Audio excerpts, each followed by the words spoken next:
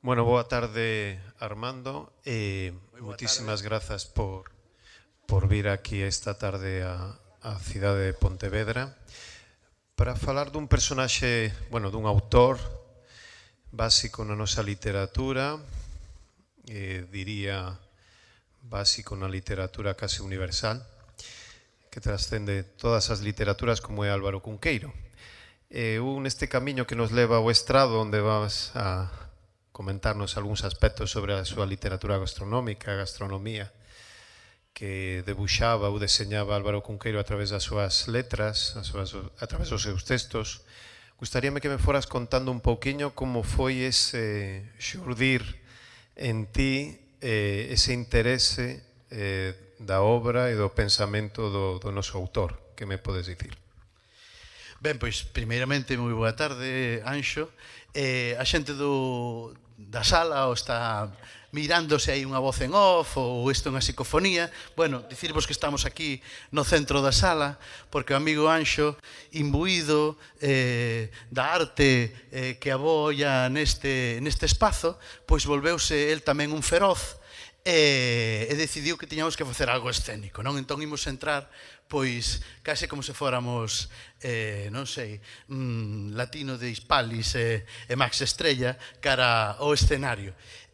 Nada, darvos a boa tarde a todos e a todos e contestando a tua pregunta, pois o que teño que decidir é que a ver, eu xogo can vantaxe porque Álvaro Cunqueiro era de Mondoñedo, eu tamén son de Mondoñedo. Eu supoño que cando un nace nun lugar así, pois inevitablemente acaba osmotizando coas figuras que admira dese lugar, non? Que son un exemplo. E, no meu caso, eu creo que casi había unha predestinación en que eu me interesase pola figura de Álvaro Cunqueiro, sobre todo porque despois me dediquei á filoloxía e á literatura, entón o vínculo era natural. E o propio Cunqueiro dicía nunha frase, falando de Mondoñedo, non?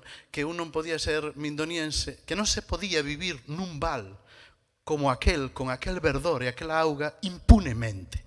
E eu creo que tiña razón, e diría máis, diría que non se pode ser de Mondoñedo con ese verdor, esa paisaxe, esa auga, e coa figura de Cunqueiro, e que iso sexa impune.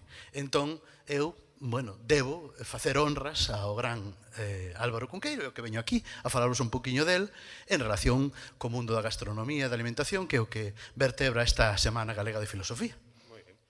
Bueno, pois se che parece, entón convido xa que subamos ao estrado e vamos primeiramente a honrarte a ti dicindo algunhas palabras sobre Amavi sobre ti. Vale? Vamos alá.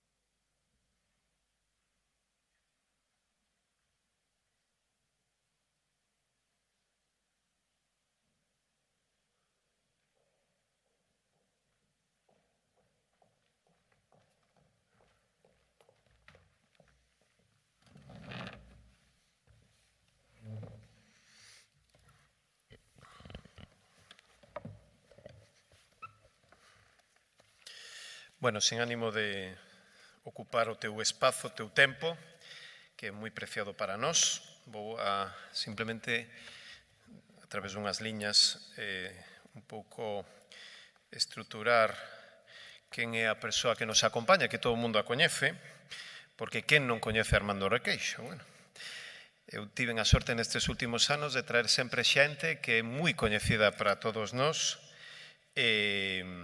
poetas, literatos.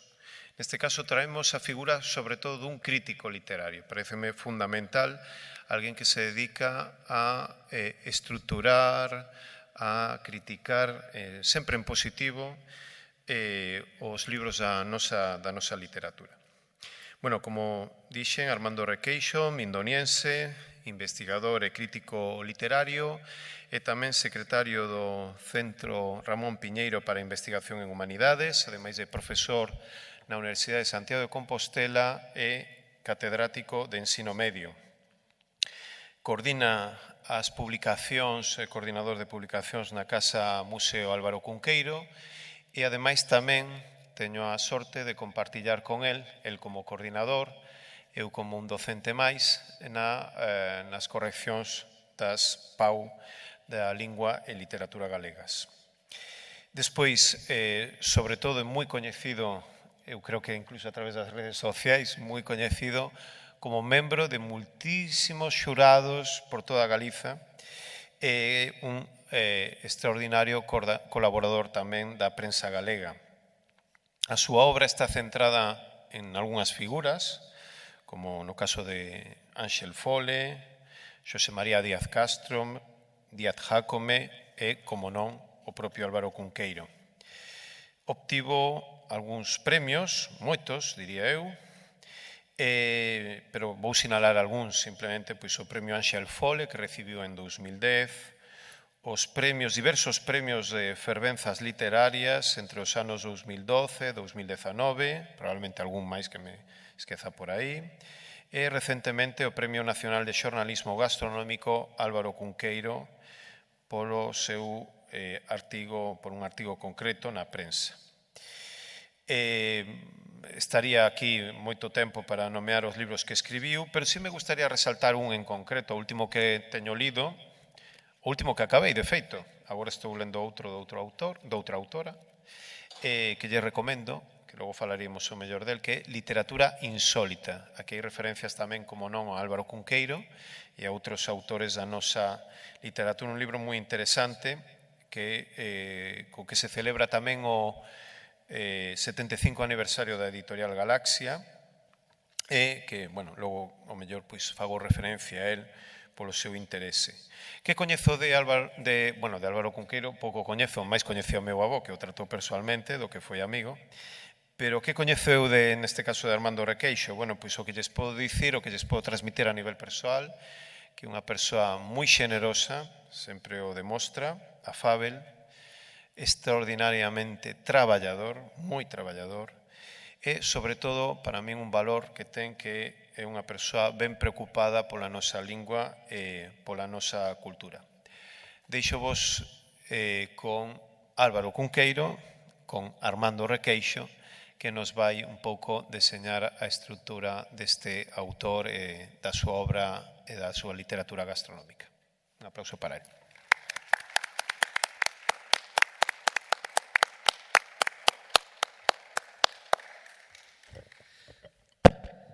Ben, pois, moi boa tarde.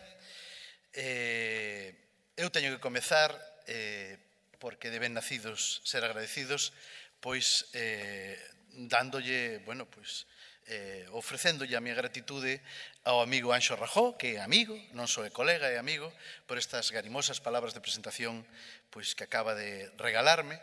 Para min é todo un placer estar aquí hoxe con el, compartindo mesa, compartindo palestra, e facelo, ademais, pois, na súa persoa como representante aquí ao carón de meu da Aula Castelao. Eu a primeira vez que teño a fortuna de colaborar directamente nun acto coas amigas e os amigos da Aula Castelao. Está por aí Mons, está Garrido, bueno, hai máis xente. Para min é un gusto pois poder unirme a esta gran familia que compoñen todas elas e todos eles e todos vós, que constame que aquí hai xente pois que é seareira, que segue con fruición e con puntualidade cada ano estas xuntanzas da Semana Galega de Filosofía.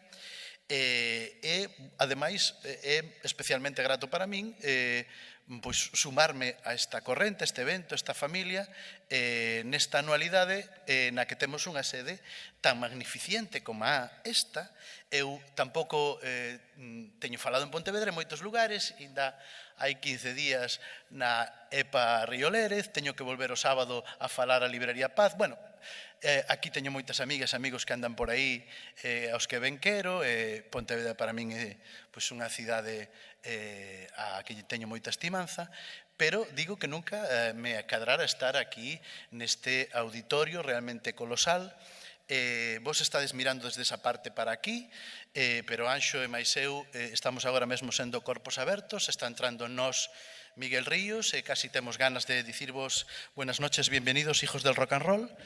Este é un espazo verdadeiramente impoñente e ben, procuraremos non desmerecer do contexto e do local e intentar dicirvos algo que vos poida resultar curioso ou interesante sobre, neste caso, a figura de Álvaro Cunqueiro e a súa literatura gastronómica. Eu o que quero facer hoxe basicamente é picarvos na curiosidade para que frecuentedes a lectura de Álvaro Cunqueiro. Esa é a miña misión. E intentar encaixar o que eu vos vai a contar agora no que é tamén o espazo de confort ou a vosa trayectoria e a vosa frecuentación habitual.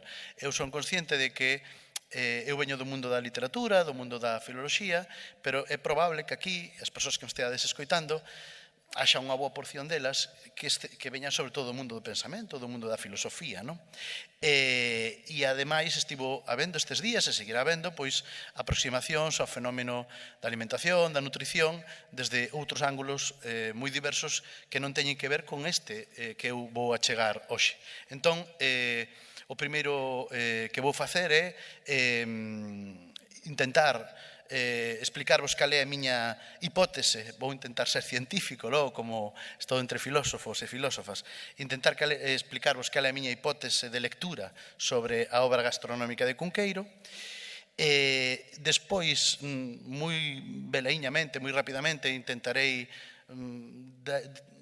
dar un flash, recordarvos 3 ou 4 socalcos da vida de Álvaro Cunqueiro, para que situedes a lectura ou interpretación que eu vou facer, a argumentación para elevar a categoría de tese esa hipótese inicial, e se me queda tempo, para iso conto coa axuda inestimable do amigo Anxo, ao que teño advertido de que me recorde que se vou moi largo de metraxe, pois me avise, non? Intentarei rematar léndovos un texto de Álvaro Cunqueiro para que vexades simplificado todo o que vou intentar degraer e explicar con respecto á súa obra gastronómica, non?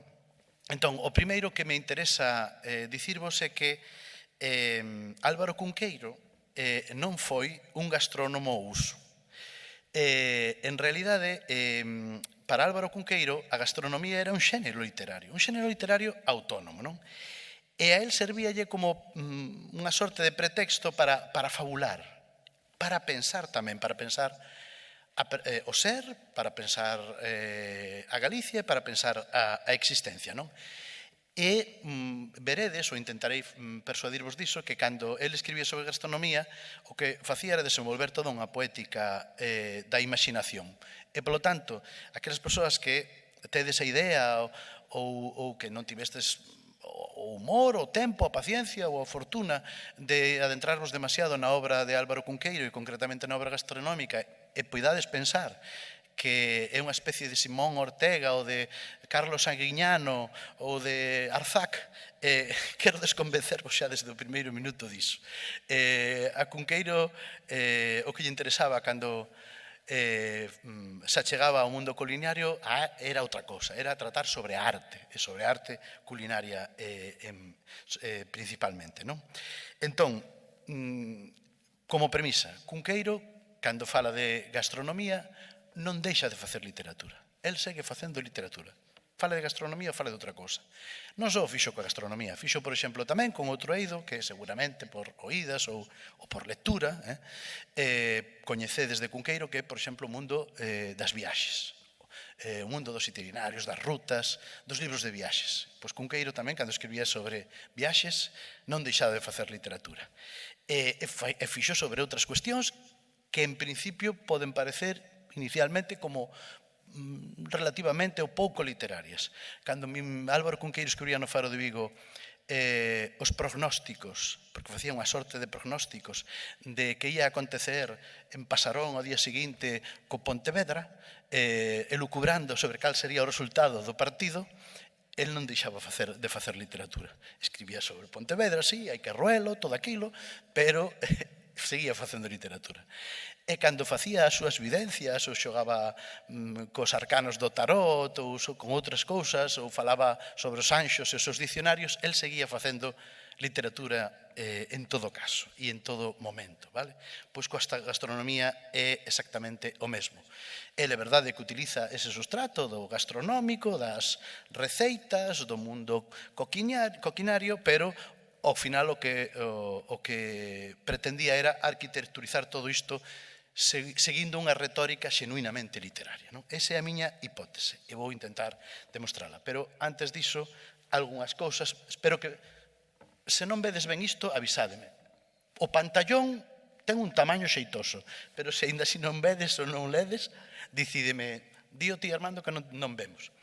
Ben, aí fixen unha especie de sinopse de cuestións que teñen que ver ca biopoética, coa vida, coa biobibliografía, co camiño autorial de Álvaro Cunqueiro que a mí me interesan para que entendades o contexto de onde nace o seu modo de achegarse ao mundo gastronómico, non? Aí vedes que na parte esquerda, tal como estades vendo vos, hai un par de esferas que pon raíces e formación a dualidade cunqueiriana. Tedes que entender, antes saudei ao amigo Francisco, que ha de andar por aí, que é de Ribadeo, Mondoñedo é o lugar de nacemento de Álvaro Cunqueiro, un espazo central na Mariña lucense, un lugar moi singular, e ali alumárono pois súa nai, dona Pepita, e seu pai, don Xoaquín. Xoaquín era un boticario que viñera dunha familia, neste caso de Cambados, ou seja, Pontevedrés, por esa parte, e era Xaquín Cunqueiro, pero era Montenegro de segundo. Así que remontándonos xeracións para arriba, Álvaro Cunqueiro, iso está documentado, era parente de Valle Inclán. Iso creo que tamén algo debeu predeterminar a él. Ben, seu pai era boticario, como digo, de profesión, de formación, e súa nai pois era unha moza de familia acomodada mindoniense e de raiceira que, bueno, pois tiña que ver tamén con cuestións industriais e humanísticas de Mondoñedo. Seu pai achegou a Cunqueiro, ese precunqueiro, se queres dicilo así, mociño, en formación, eso que eu vos poño aí, non? O saber científico. Cunqueiro ten explicado moitas veces que para él non tiña ningún misterio coñecer as ervas, os remedios caseiros, etc., porque pola botica de seu pai entraba todo canto paisano andaba polas terras de Miranda e el desde cativiño, pois desde pícaro, que como dicimos en Mondoñedo, desde pícaro coñecía as propiedades da árnica, as propiedades da macela, bueno, de todas as ervas que vos podeis imaginar. Coñeceu Cunqueiro desde a primeira hora toda a flora, moito mellor que moitos das nenas e dos nenos galegos do seu tempo e do noso tempo, non? Bueno, iso habíalle de ser moi útil despois cando escribía ou cando escribiu literatura gastronómica como adulto. E non só a flora, tamén a fauna. Seu pai era cazador, hai moitas fotos de don Xoaquín coa escopeta en man, non? E era a súa grande paixón. Así que para Cunqueiro tampouco había misterios en distinguir os distintos tipos de cérvidos, os cochos bravos, como lles chamamos nós, para vos xabarís, e toda canta pois caza maior e menor había polos montes de esas terras de Miranda. Pensades que estamos falando do home que inventou a selva de Esmelle, todo eso, vale? Todo iso viñalle da parte do pai. O coñecemento técnico, se queredes dicir así, das sustancias, das realidades, da fauna, da flora, que está despois como substrato da súa escrita gastronómica. E da parte de súa nai viña o que ten que ver coa maxia, coa oralidade, coa creación verbal, coa fabulación. Súa nai era unha gran contadora de historias, de contos. Foron algúns dos irmáns que morreron noviños de Álvaro Cunqueiro. Foron 5 irmáns, pero só sobreviviron ata a etapa adulta 3. E foron grandes contadores todos eles.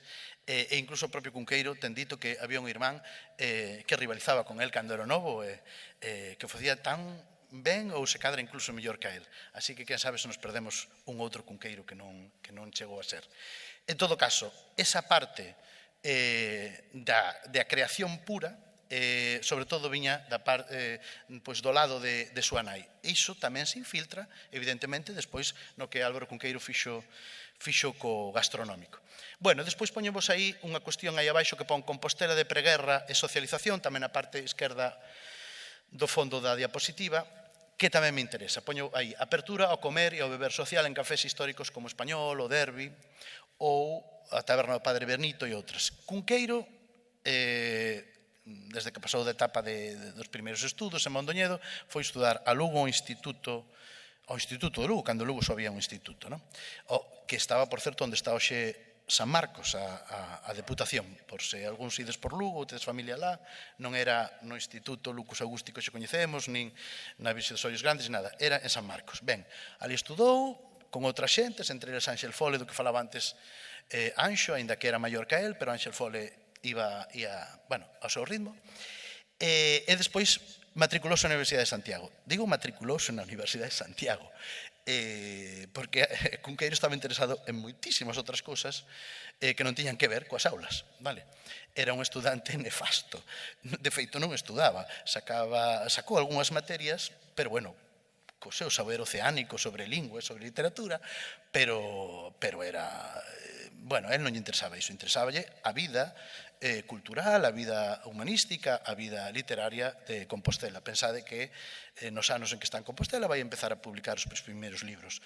Mar ao Norde, Poemas do Si ou Non, Cantiga Nova que se chama Ribeira, todo iso é do mozo Cunqueiro de finais dos anos 20, primeiros 30, que anda por Compostela adiante.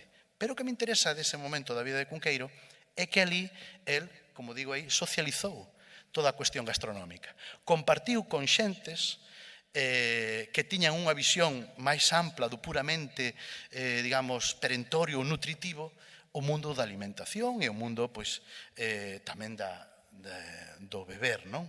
Da bebida. E en esas tabernas de Santiago, históricas, o Español, que xa desapareceu, o Derbi, que agora está noutras mans, pero que aínda continúa, ou na taberna do Padre Benito, que segue os sobriños. Bueno, pois neses espazos Cunqueiro pois frecuentou a outros galeguistas e intelectuais dese tempo e con eles, bueno, pois de algún modo repensou o feito da alimentación e da nutrición. Xentes como Torrente Ballester, Carballo Calero, Rafael Dieste, cando por ali pasaba, e outros, bueno, pois compartiron con el ese tempo e esas vivencias. Hai un texto aquí que non sei se me quedará modo de ler, que é moi bonito, que fala sobre a taberna do Padre Benito e de como incluso, para que vexades esta maxa, esta fabulación fascinante, non? Como incluso tiñan nesa taberna do Padre Benito repartidas as cuncas. Álvaro Cunqueiro era a cunca número 22. Bebían sempre pola mesma cunca, xa tiñan, eran ali xeareiros. A cunca número 23 tiña o escultor Eiroa. Bueno, se queda tempo, intento lervos un pouquiño dese texto. Ben, todo iso vai, como digo, pousando, é dicir, decantando na formación autorial, intelectual de Álvaro Cunqueiro hasta que estoure na súa produción estritamente gastronómica. Despois, aí no centro da diapositiva, vedes que poño evolución bibliográfica. O primeiro texto que temos documentado os estudosos que fala concretamente da literatura que podemos chamar gastronómica de Álvaro Cunqueiro é un artigo do ano 1940 que se publicou na revista Vértice, unha revista española dese tempo, que fala sobre los vinos de España. E desde aí, todo que seguramente pois coñecedes ou podes ter oído sobre a escrita culinaria de Álvaro Cunqueiro, que ten uns libros fundamentais, referireme despois a eles, pero que ten dúcias e dúcias e dúcias de artigos espallados por tamén innúmeras cabeceiras, tanto galegas como do resto do Estado español. E hai aí tamén na diapositiva unha estimación. Teño que dicirvos que é unha estimación a partir do que un ser humano pode coñecer de Cunqueiro, porque calculamos os estudosos que Cunqueiro debeu escribir a parte dos libros maiores que coñecedes, non? dos poemarios, das novelas, dos libros de semblanzas, das pezas de teatro, dos ensaios reunidos como tal, calculamos que debeu escribir entre 20 e 30.000 artigos. Así que, ata onde é humanamente posible, e algo un pouquiño diso vou coñecendo, calculo que aproximadamente un 10 e un 15% dos traballos de Álvaro Cunqueiro, sobre todo da articulística breve, están dedicados a asunto gastronómico, a parte dos libros maiores aos que me referirei despois. Polo tanto, pódese dicir que Álvaro Cunqueiro era de algún modo tamén un homo comedens, non? É dicir, un home que comía, un home non só era un homo viator, tamén nos seus libros de viaxe, etc., e un homo literario, non? Senón que tamén era, ou tiña a gastronomía como eixo da identidade antropolóxica, isto que me interesa, sobre todo entre filósofos, da identidade antropolóxica galega, vale? Intentarei persuadirvos tamén de que Cunqueiro, cando trata a gastronomía, ao final o que trata é da nosa identidade, de como somos as galegas e os galegos, de como nos proxectamos e polo tanto, de que é ser galega ou galego a través da gastronomía. Bueno, e aí hai pois un flash dos libros maiores de Álvaro Cunqueiro con respecto a este tema, non? A literatura gastronómica Cunqueiro arrinca nos anos 40, consolídase nos anos 50, 60 ou primeiro 60 e a partir do final dos anos 60 e dos 70 ata que morre no ano 1981, pois xa é o Cunqueiro gastrónomo tamén de plenitude, non? Ese primeiro artigo tedelo aí citado, Introducción a unha genealogía dos viños de España, nos anos 50 xa publica o primeiro libro maior de gastronomía, Teatro Venatorio e Coquinario Gallego, do ano 58, axudado tamén por Castro Viejo, por outra persoa moi vinculada tamén a estas terras, e despois xa nos anos 60, 70, La cocina cristiana de Occidente, no último, no 73, a cociña galega, que probablemente está nas vosas casas, porque un vai andando por aí cando saben que lle interesa Cunqueiro, que estuda Cunqueiro, ou que sexa, moitas veces o que me di a xente, incluso en que non se dedica a nada de cuestións humanísticas, como a maioría ou inmensa maioría dos que estades aquí, o que di a xente, sí, na miña casa hai un libro de Cunqueiro, temos a cociña galega, non? Bueno, un libro con moitas edicións, moi popular, realmente literatura popular. Bueno, entón, a primeira cuestión así axial para ordenarnos. Hai unha visión generalizada, equívoca de Álvaro Cunqueiro, que sería a antítese, non? Que esa do mito periférico de pensar que os textos gastronómicos de Cunqueiro son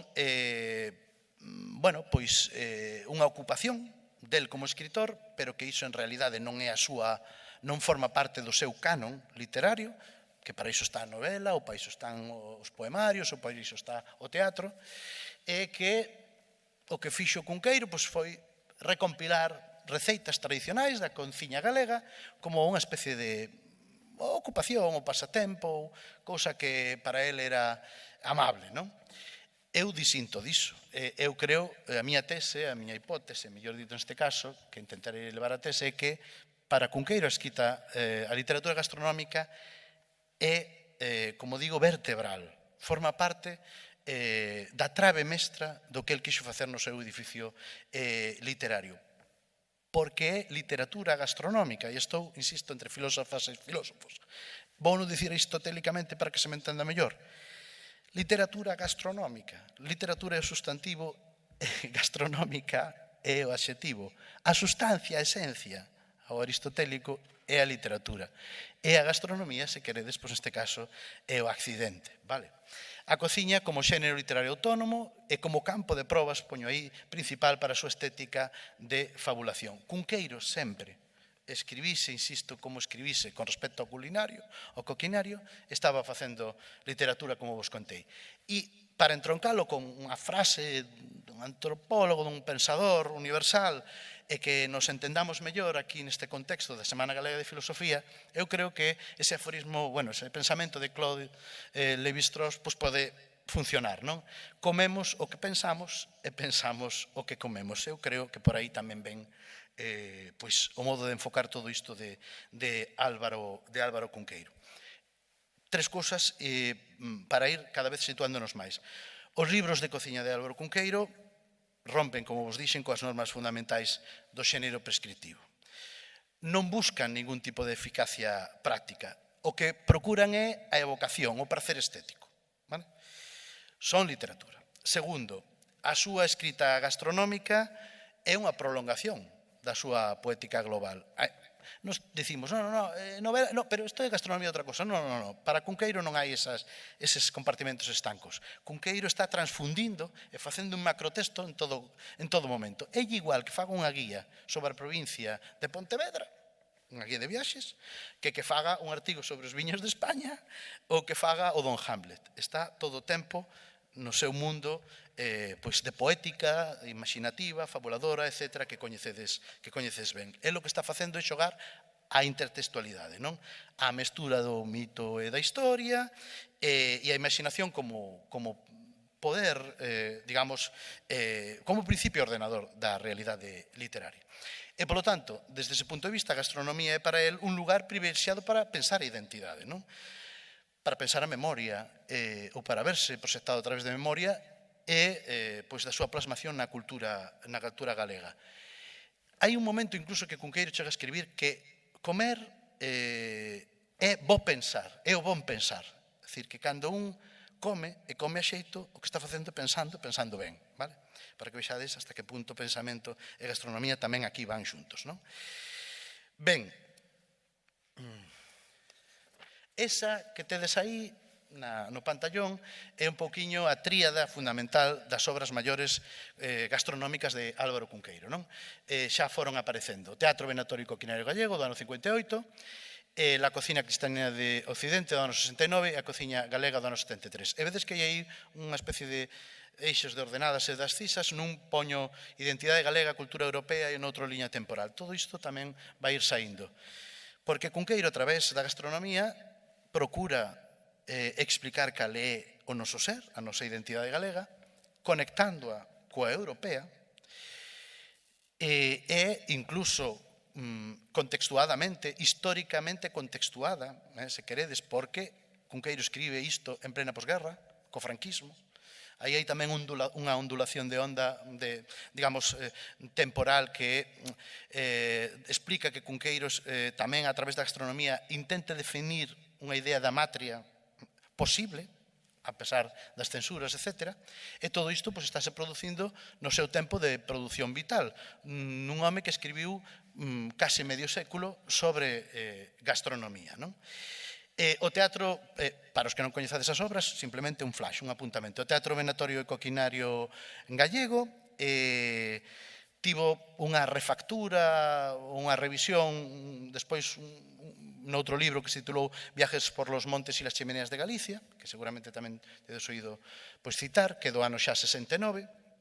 E este teatro venatorio articúlase en tres partes. Hai unha delas que é un discurso preliminar, que Cunqueiro titula Discurso preliminar, laude a Venus, escolios a Baco e epístola a los cocineros e cocineiras, onde o que fai realmente é toda unha teoría da literatura e da literatura gastronómica. E ademais faino introducindo un recurso que é moi literario, moi creativo, que crea un heterónimo.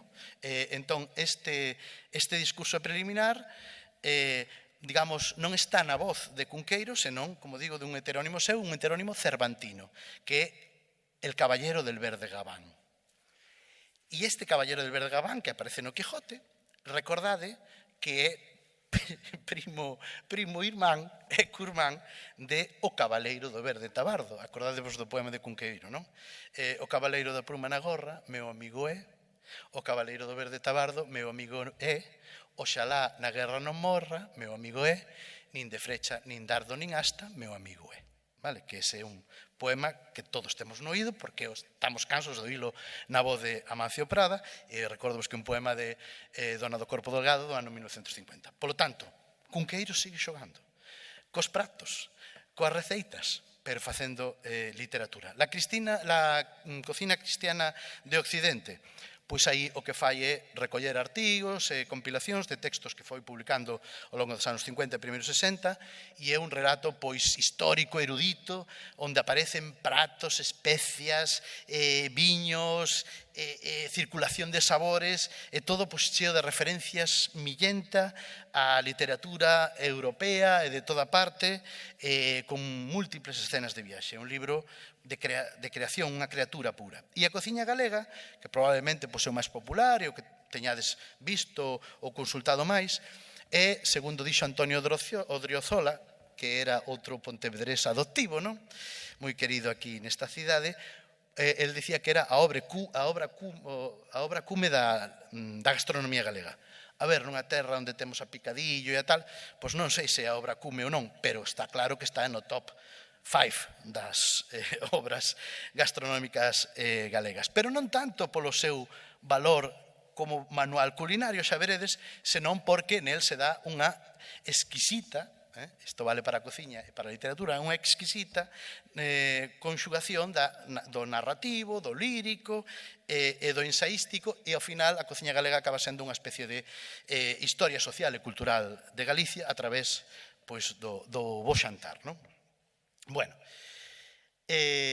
aí está un poquinho máis o entrefiado da teoría que quero argumentar, non? Fixadevos, as receitas clásicas, se tiveramos un libro de Carlos Aguiñano, nós o que iríamos buscando como obxectivo é eficacia práctica e instrucción. Como teño que facer as cocochas al pilpil, vale? Que é o que nos ofrece Cunqueiro? O obxectivo Cunqueiro non é ese. O obxectivo Cunqueiro, cando está falando dun prato, dun alimento, é evocar todo un mundo de sensación sinestésico que hai ao redor, fabular a partir de esa peza, ese animaliño, ou ese prato, ou esa especia, ou o que sexa, e buscar o prazer estético. É dicir, que nos gocemos lendo iso, non? Polo tanto, non hai precisión. Se intentades en Cunqueiro, ou nos libros de Cunqueiro, a través deles, facer unha receita, entrades na aventura pura, porque non hai esa actitude de matemáticas. Repasade os que tedes o libro da cociña galega na casa cando cheguedes hoxe, se tedes tempo humor e vos interesa isto que estou contando, e de mirar algunha desas receitas. Veredes que Cunqueiro non di bótese unha miga de sal. Canto é unha miga de sal? Aplíquese a fariña tal. Canta fariña necesito? Non hai tempos. Cózase o arroz, pero canto teño que cocelo, vale? Non hai cantidades, non hai tempo, non hai orde, vale? Marínese despois con non sei, iso que vai antes ou despois, é dicir, un ten que intuir a receita. Pero por qué? Porque hai, iso é deliberado en Cunqueiro, non o fai porque sí, non? Hai unha imprecisión programada, e hai toda unha elipse da cuestión puramente técnica ou instructiva, práctica, vale? Porque o que interesa é desembarcar no exercicio literario. E, polo tanto, o contido, a secuencia de pasos técnicos está moitas veces furtada porque é o que quere é, pois, amplificar, esponxar todo o seu, digamos, a súa armazón narrativa, incluso ás veces salpementándoa con cuestións que teñen que ver coa etimoloxía dos alimentos, das palabras que designan as realidades culinarias, e incluso con mini ensaios ou microhistorias que vai trufando polo medio desas receitas. Claro, por que acontece isto? Porque el nos está dirixindo a unha persoa que é unha estudante que marcha de Pontevedra para estudar na Complutense en Madrid e que ten que facer un ovo fritido e non sabe como. El non se está dirixindo a ese neófito que precisa unha guía estricta. El, para quen está escribindo eses libros, eses artigos, é para unha lectora ou un lector cómplice, que xa sabe. Nós xa sabemos como temos que facer o cocido. Non fai falta que nos explique Cunqueiro. Somos galegas e galegos, non? Entón, o que facemos é ler a Cunqueiro polo prazer estético de ver como esa achega ao mundo do cocido en Cunqueiro acaba converténdose nunha mitificación ciclópea do talento secular do pobo galego para crear ese prato incomparable, non? Ben, entón, todo isto a que leva? A que se produza na obra de Cunqueiro eso que eu chamo aí a mecánica da nostalgia. Hai un prato, el pode falar de como se fan as filloas, hai un capítulo dedicado ás sobremesas en a cociña galega, recordaredes, pois fala das filloas, hai outro dedicado ás carnes, fala do cocido e fala moito, claro. Entón, esa é unha excusa inicial e esa excusa activa un disparador sensorial. A Cunqueiro o que lle interesa é non describir, como digo, que é o que leva ao cocido. Teño aquí unha cita de Cunqueiro para que vexades a que me refiro. Di Cunqueiro, falando do cocido, un bon cocido leva moitas cousas. Vale, xa. Fan falla 3 fontes para servir un cocido. Vale. Que me axuda isto para facer un cocido? Que nunha vai a carne de porco, noutra vai a carne fresca e noutra patacas con chorizos e garabanzos. Moi ben. A ver quen fai un cocido, un chinés que teña que facer un cocido, só con este tipo de indicacións, vale? Entón, o disparador sensorial pode producirse por calquera cuestión. Porque a cuestión que ten que ver co tacto, co gusto, co olfactivo, mesmo co oído, non? Ás veces pois é unha masa, a textura dunha masa, outras, como os poño aí, é o recendo da cociña quente nos invernos, cando facían as aboas, pois os avós, certos pratos. Todo iso serve a Cunqueiro moitas veces de excusa, de excusatio, non? Para introducir pois a divagación literaria, por chamalo así. E en moitas desas ocasións o que acaba provocando é que aparece esa irrupción do tempo perdido. A memoria do infantil, moitas veces, de como el foi coñecendo de pequeno como se facían moitos deses prazos, que pode estar arroupada por outras realidades literarias, poéticas, non? O vento do nordés que batía fora cando a súa avoa estaba facendo o leite crema, as natillas, ou a lembranza da criada que traía as fontes co peixe, o que fora, vale? Por qué? Porque o eixo do texto, como os poño aí debaixo, desprázase radicalmente. Xa non importa o como se fai. Non importa como se fan as filloas. O que importa é como se lembran. Aquelas filloas de miña avoa, que tal, que non sei que. Vale? Bueno, hai toda unha rede de intertextualidade en Cunqueiro. Cunqueiro, cando escribe sobre astronomía, o que fai é galvanizar os seus textos con un saber oceánico, que é o propio e o que distinguimos como un selo do cunqueirianismo. Aparecen alusións infindas, pero ben, aí puxen 3 das que máis se reiteran. Aparece moitas veces a materia de Bretaña, os ciclos artúricos. Cada vez que aparece unha carne, un ave de caza, un faisán, un cervo maior, calquera peza destas así dignas, iso serve a Cunqueiro para falar dos pares de Francia, do rei Artur, de como no sur pois da Britania preparaban iso con unha salsa especial, etc. E o que fala é pois da literatura cabaleiresca, porque despraza o centro de atención e ao final, sí, sabemos que estaba falando da carne de caza, pero no que vai Cunqueiro é pois en Don Merlín ou en Xenebra ou no que comían no Pazo de Miranda, vale?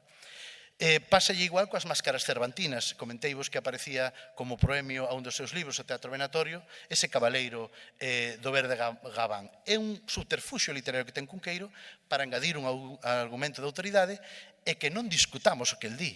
Cando lemos iso, di, home, se isto di o cabaleiro do verde gabán, Cervantes e tal, pois é que é así, inequívocamente. E ás veces faino con tamén, e estamos, insisto, entre xente da Semana Galega de Filosofía, con pensadores, aí tedes a Bertrand Russell, vale? E a etimoloxía. Entón, o que acontece é que moitas veces Cunqueiro párase en detalles e en pensamentos que son o que Bertrand Russell chamaba coñecementos inútiles, non?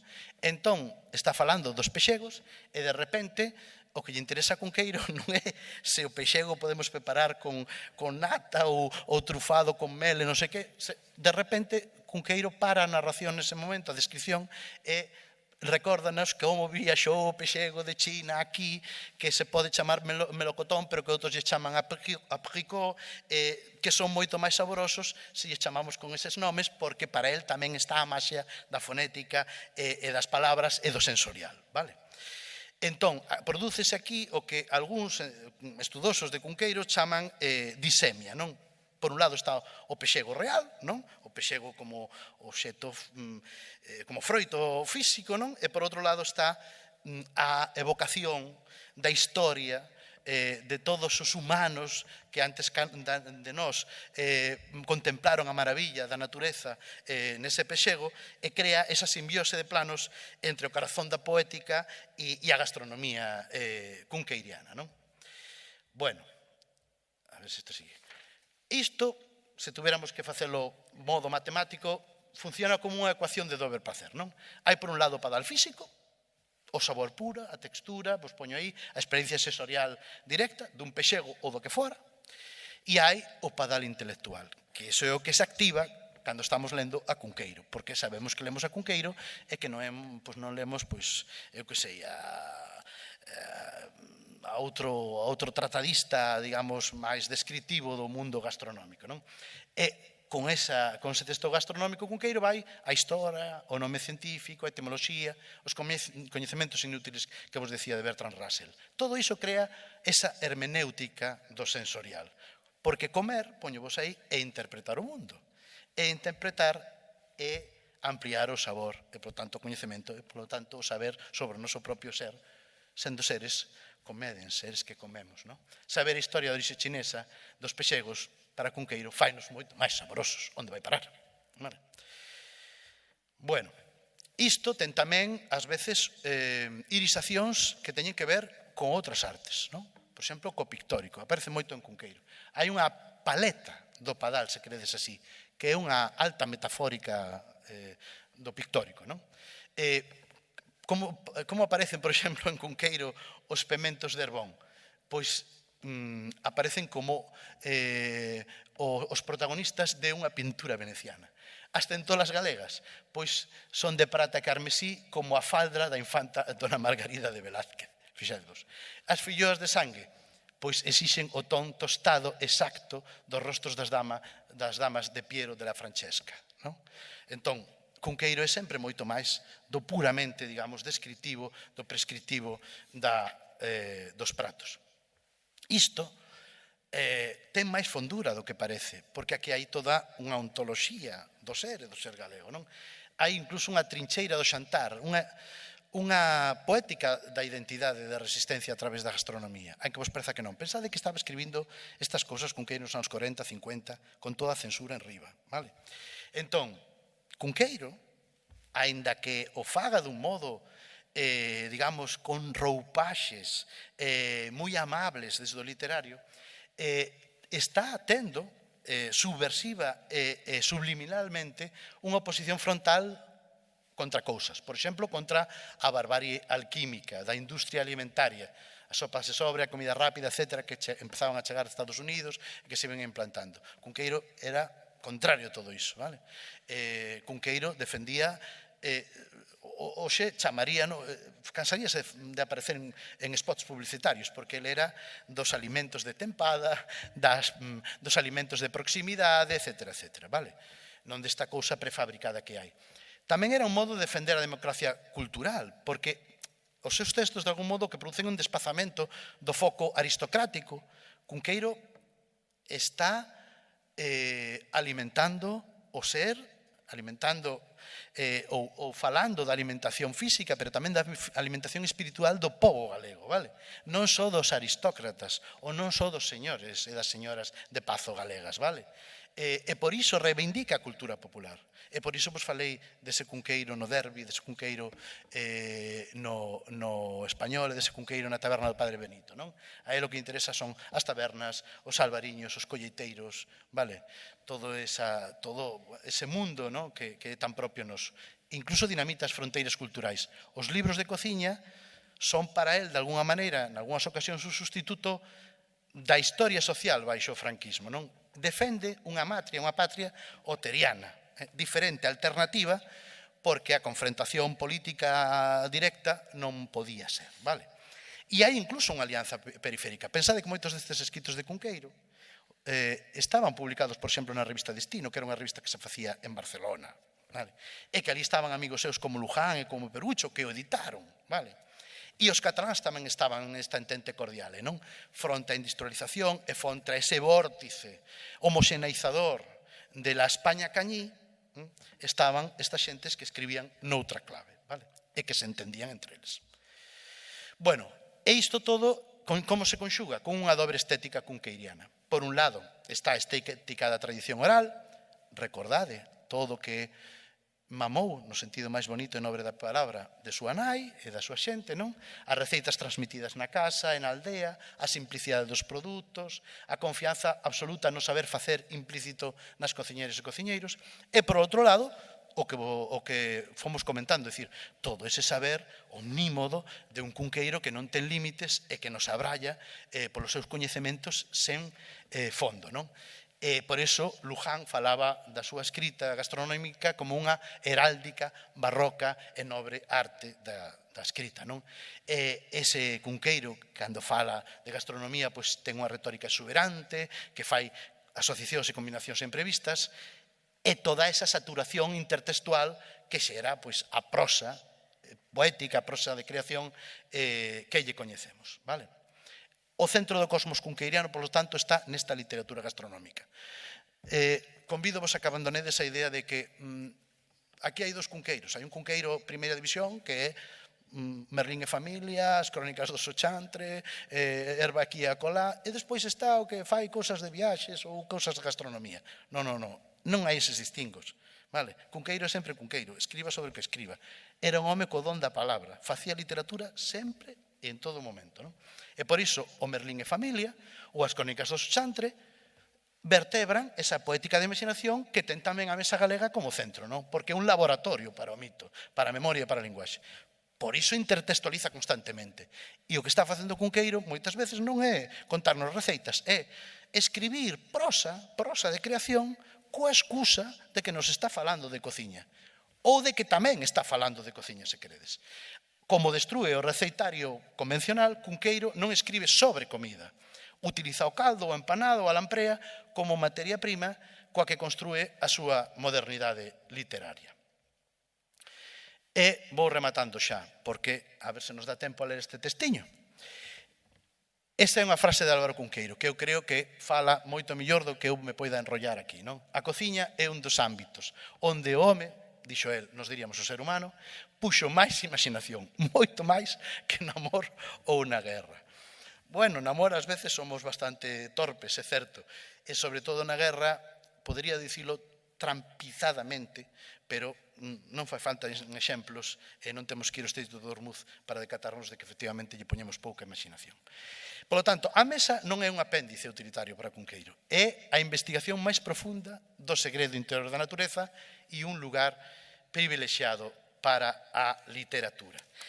E antes de pasar á plana final, idesme deixar logo que lea un textiño, porque prefiro que queden as palabras de Cunqueiro aullando no ar e non as miñas, que son menores. E teño aquí escolmado un texto que eu creo, bueno, que é un epítome, unha síntese de todo isto que vos levo contando estes minutos anteriores. Titúlase, está en castelán, vou a respetar a lingua, podería traducirlo, pero ben, non hai problema, espero.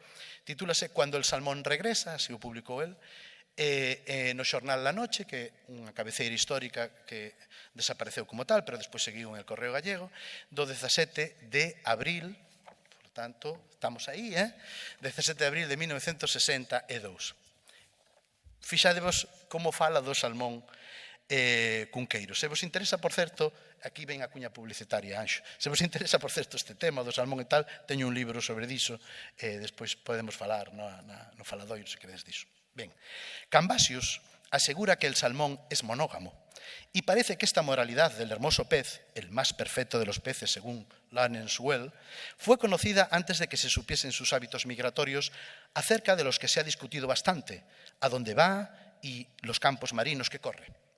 Concretamente, hay una saga en la que se cuenta de un rey de los salmones, que era un rey verdadero, en un país sumergido en el Mar del Norte, y que antes de morir vino a un riachuelo de Noruega cerca del Hold de Trigve el Rojo, y a la anochecida de un día de abril asomaba medio cuerpo fuera de las aguas y cantaba talmente un ruiseñor que fuese de la escuela de Verona, donde aprendieron quejas, duermevelas, suspiros y rubores, estos encantadores de la noche de un maestro llamado Romeo enamorado. La hija de Trigve el Rojo acudía a oírlo a la ribera y lo tenía por humano cantor, y osando una noche preguntar a las sombras quién era el que tan suavemente cantaba, Su hábitas, en etimología, vale para doloridos galaicos como saudade. Y lo tenía por humano cantar. Y usando una noche preguntar a las sombras quién era el que tan suavemente cantaba, el salmón, sacando la cabeza fuera de las claras aguas, dijo que era el rey de Fiyos y que si que ella quería, que saltaría a tierra y se casarían, porque deseaba un hijo que reinase en el sumergido país. A lo que la hija de Trigve, que se llamaba Halberg, la dulce sonrisa, respondió que casaría con príncipe escondido de voz tan grata, aunque tenga su cuerpo cubierto de escamas como Grendel, el demonio de la ciénaga. Y casaron el rey salmón y la hija de Trigve, y tuvieron un hijo a su tiempo, que era un hermoso salmón, y no bien nacer, saltó del regazo de la nodriza al río, y se fue a Fiyos a reinar. Su padre, el salmón cantor, había muerto a los 3 días de la boda. Se me olvidaba decir que salió para ella de las aguas transformado en hermoso caballero, con un sombrero rojo y una cadena de plata a la cintura, y que al morir volvió a su condición de salmón, y hubo una gran pelea en el hall de Trigve el Rojo, porque sus hijos varones querían comer al salmón, aunque era su cuñado. Asado en las brasas, bien untado con ajo de Constantinopla y rebozado en mostaza de polvo, traída de Francia en saquitos de lino, que tal era la receta de los vikingos. Se sostiene que el salmón emigrado al mar no abandona nunca el cauce submarino del río en el que nació. Tiene una memoria que se remonta al Pleistoceno, cuando menos, es decir, unos cuantos millones de años. Ejemplos. A principios del Pleistoceno, una gran porción de Inglaterra Oriental se encontraba sumergida en el mar. Un levantamiento gradual de la corteza terrestre, con acumulación de sedimentos bajo las aguas, unió a Gran Bretaña con el continente y se desecó la tierra en la depresión del Mar del Norte. El Támesis se unió entonces al Rin como tributario, fluyendo las aguas renanas lenta y solemnemente por una extensa llanura hasta el océano Ártico, al norte del banco de Dogger. Pues bien, el salmón tiene una memoria de esta edad, y así el salmón del Támesis puede subir el Rin o viceversa. Sus cartas náuticas fueron escritas al comienzo de la edad cuaternaria, cuando iba a debutar el hombre en la redonda tierra. Lleva pues consigo el salmón la memoria del río natal y de sus riberas, siglo a siglo. Seguirlo sería como ir entre orillas que fueron, en las que un día acaso había ciudades, pero no todavía puentes, que aún no habían sido inventados. ¡Qué enorme invención la de los puentes!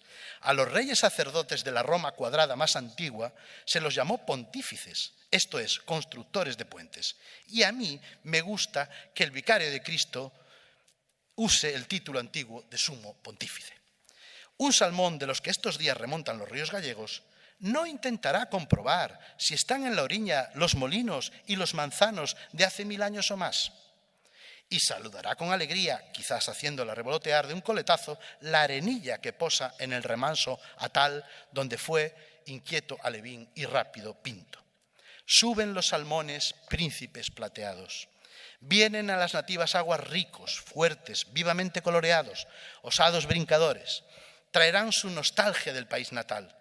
¿Por qué va el hombre y no el salmón a tener la nostalgia de la dulzura angevina? Pero el hombre pescador, que como el cazador en el monte recupera caña en mano una vital profunda primitividad, ¿qué tiempo tiene para detenerse a meditar sobre la morriña y la alegría de fructificar que trae el salmón remontando las aguas calmas y sinuosas como una sierpe del estuario? Yo he visto caer uno ayer en la salida del canal de un viejo molino cubierto por la hiedra. Y ya en la hierba, moribundo, puedo decir que nunca han visto las tierras mías tan elegante caballero, tan vestido de plata, tan fino señor, un infante de león, en fin, como aquel salmón. Debiendo advertir que como en el hall del viejo Trigve el Rojo, los presentes nos dispusimos a devorarlo, usando una receta célebre de la archidiócesis compostelana de la cocina cristiana occidental. Cantaban los mirlos en los manzanos ya en flor, y por el cielo azul el viento paseaba rebaños de nubecillas blancas. Abril, qué hermoso el dulce reino terrenal cuando el salmón regresa. Como facemos o salmón? Cal é a receita despois de ler isto? Nada máis e moitas grazas.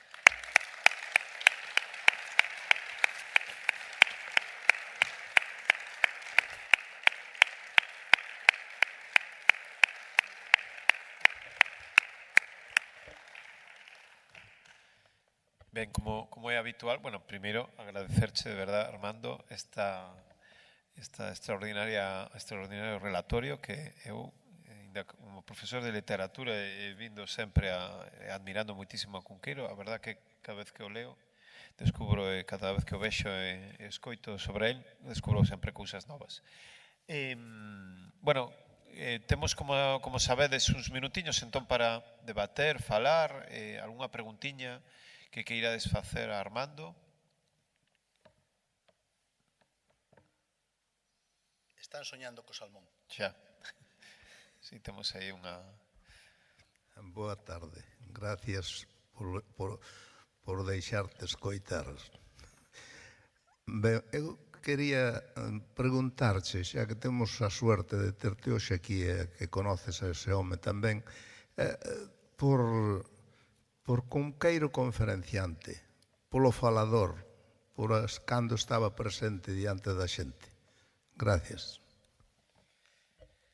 Pois moitas gracias pola pregunta, porque me dá ocasión de tamén compartir convosco outra das grandezas, das inmensidades de Álvaro Cunqueiro. Álvaro Cunqueiro era un xenio. Hai algún colega que ten dito que Álvaro Cunqueiro escribiu en galego, escribiu en castelán, que estivera escrito en inglés, bueno, pois tería reventado, como digo os rapaces hoxe de novos, tería o petado todo, non? Álvaro Cunqueiro, un xenio da humanidade, efectivamente, un home que habitaba nela a palabra, e habitaba en todas as formas posibles. Por suposto, cando escribía, fixadevos que peza. Ao final, cando levaba eu 2 parágrafos lidos, non tive esta sensación, a mí non me importa como se fai o salmón, xa veréis salmón como sexa, a mí o que me importa é escoitar esa historia de Trigvel Rojo. Bueno, pois ele era así, non? E claro, en Galicia temos a fortuna de ter tido ao longo do século XX e principios do século XXI unha gran escola de oradores que se manifestaron en distintos contextos, non? Algúns parlamentariamente, non? Esteiro, toda esa saga mítica e demais, e outros pois no mundo da palabra ou no mundo digamos, da creación verbal, non? Este ano estamos celebrando o 50 aniversario do pasamento de don Ramón Otero Pedrallo e o centenario da súa guía de Galicia, non? Bueno, era unha escola de oratoria viva. Cunqueiro admiraba moito a Otero Pedrallo, coñecéronse, foron amigos, hai incluso pistolero entre eles, que está publicado na Casa Museo Álvaro Cunqueiro que dirixo, e ele aprendeu nesa escola, non? E ele foi probablemente, xunto con outro inmenso, outro titán da oratoria que era daqui, destas terras, Filgueira Valverde, e con o propio Castro Viejo, que formaba en moitas ocasións tándem nas intervencións públicas, pois dese Olimpo escolleito de grandes oradores galegos que despois se proxectou no tempo noutras personalidades máis próximas a nós. Eu escribín hai unhas semanas un artigo, teño que dicir triste, de o que para min é o orador que pecha un ciclo, que pecha unha etapa, que pecha un tempo da literatura galega, que é o chorado Xesús Alonso Montero. Toda esa escola de oratoria, de retórica clásica, forma parte xa da nosa historia.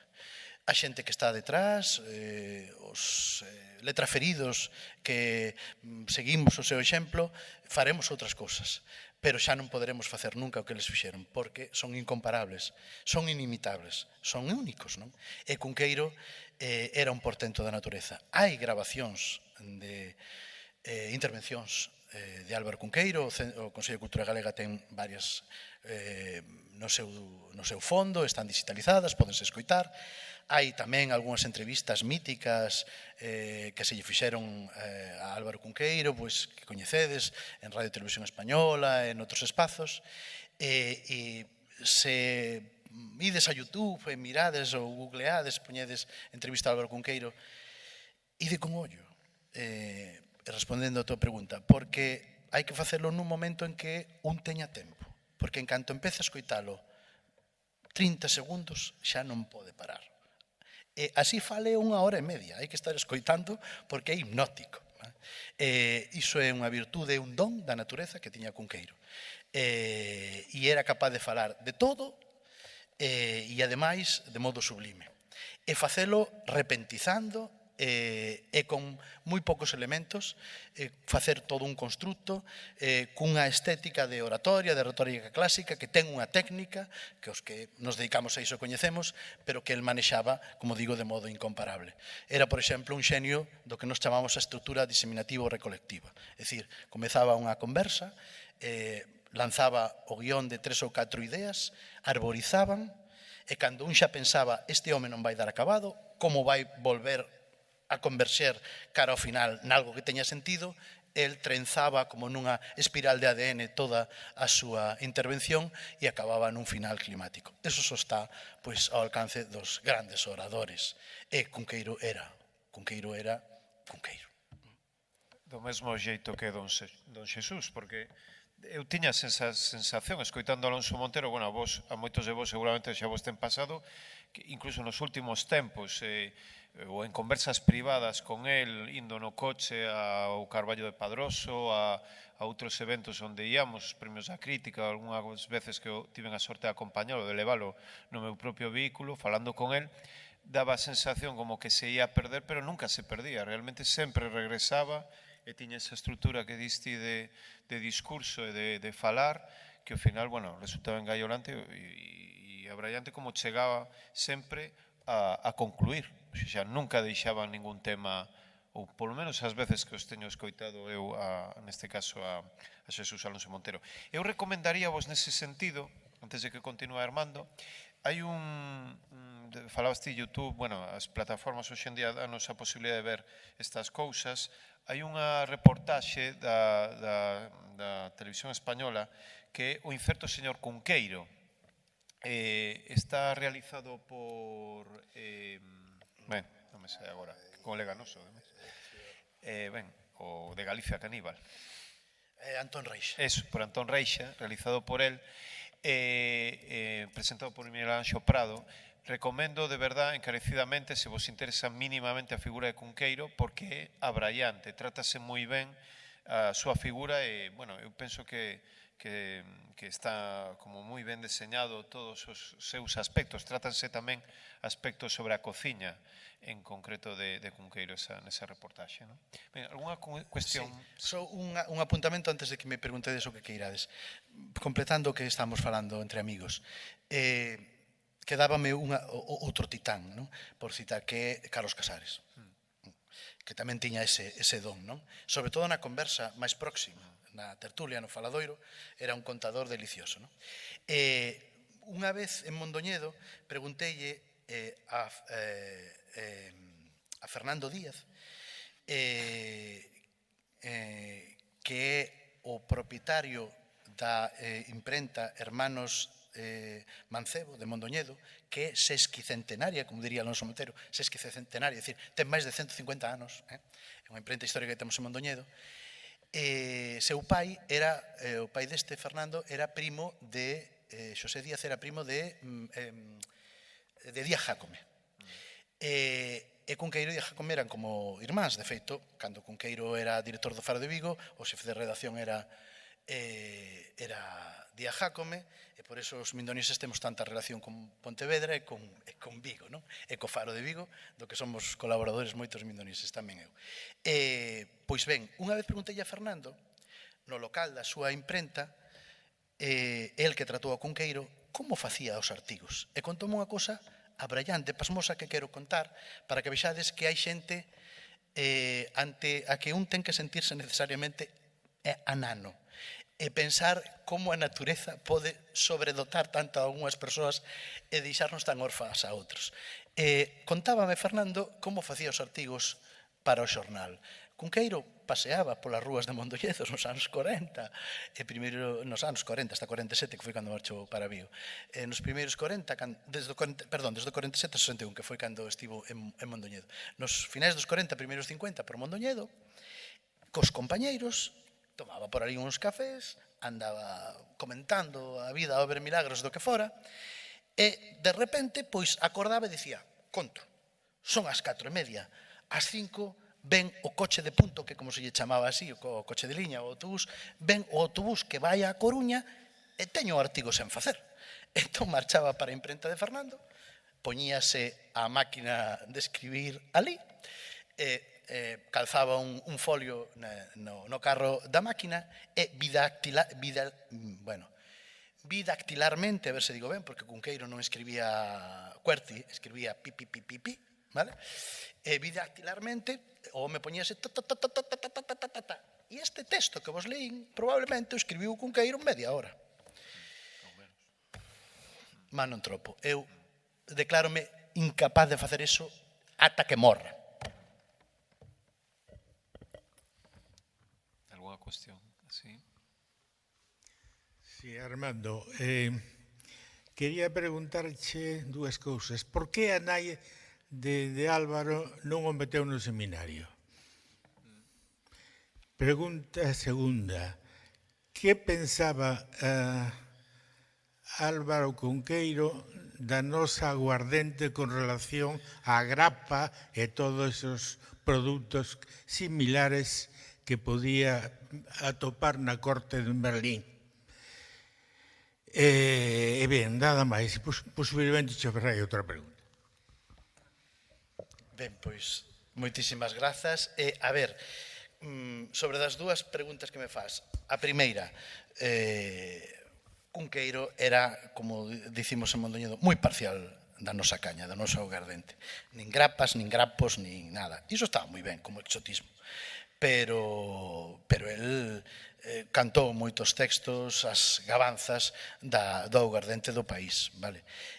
Do que era moi bo coñecedor, porque, como sabedes, e ademais hai moita literatura icónica, é dicir, moitas fotografías de Cunqueiro por toda parte, el frecuentaba moito, chamábano moitas veces para iso, para feiras, encontros sobre os viños, os licores, etc., e tivo ocasión de probar moitos bons augardentes de moita parte. Hai que dicir outra cosa tamén que Cunqueiro, porque a cultura galega, a cultura literaria galega, Anxo, que ti eu frecuentamos, que ti tamén és un gran investigador e un estudoso de todas estas cuestións, ten así un pouco unha fama, ata certo punto gañada, de bon vivants, non? E é verdade que temos alegría de vivir, e que non se entende Galicia, somos famosos en España, non? Pensade que os de fora din, tengo unha boda en Galicia, tal, esas cousas. É verdade que somos de bo comer, de bo beber. E ainda hoxe,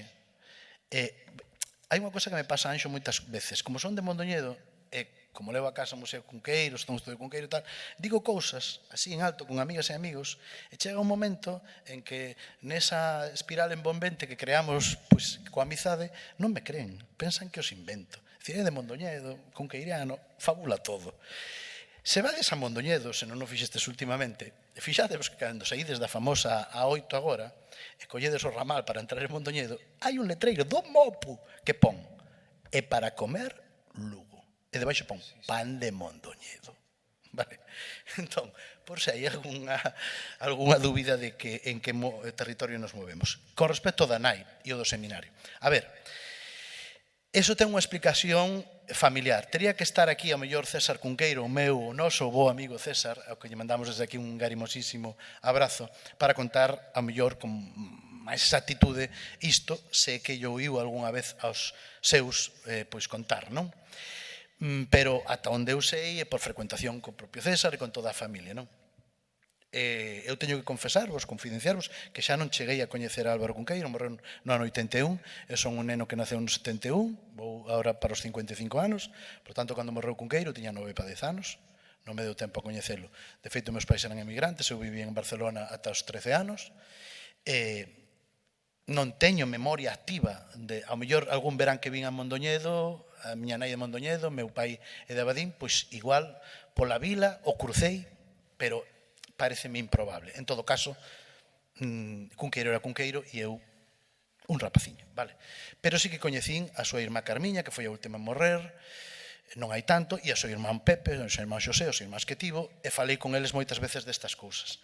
Entón, o tema de non estudar no seminario tiña que ver con unha aposta tamén, se queres dicilo así, identificada da familia. Pensade que Xoaquín Cunqueiro, o pai, era un home de ideas avanzadas, un liberal do seu tempo, era masón. En Mondoñedo había unha loxia que se chamaba Vallibria Irredenta. El militaba nesa loxia, na que militaba, por certo, tamén Manuel Eiras Pulpeiro, outro dos grandes da literatura mindoniense. Non o podemos afirmar porque eso non hai modo de documentalo, pero temos a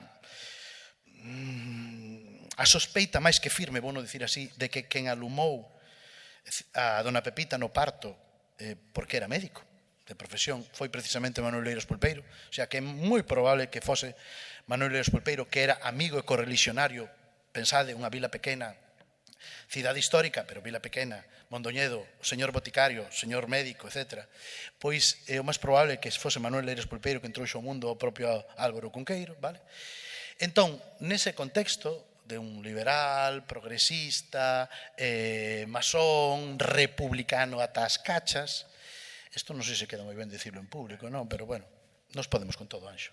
Somos máis así, Mondoñedo danos por aí. Pensade que somos un pouco que ademais tamén vimos de moita traza carlista e por aí, vale? Bueno, pois a aposta foi unha aposta de familia. De feito, Cunqueiro, onde estudou, foi na Escola da Sociedade de Obreiros Católicos de Mondoñedo. E por iso Cunqueiro ten dito en entrevistas a Carlos Casares e a outros que el desde pequeniño, desde cativo, desde pícaro, coñeceu a todos os fillos e a todas as familias operarias de Mondoñedo e que os trataba de ti a ti, de tú a tú, como decimos nosotros, vale? Coñecía os fillos dos alfareiros, coñecía os fillos dos carpinteiros, porque estudou nunha escola do que se chamaríamos, comillas, escola pública, vale?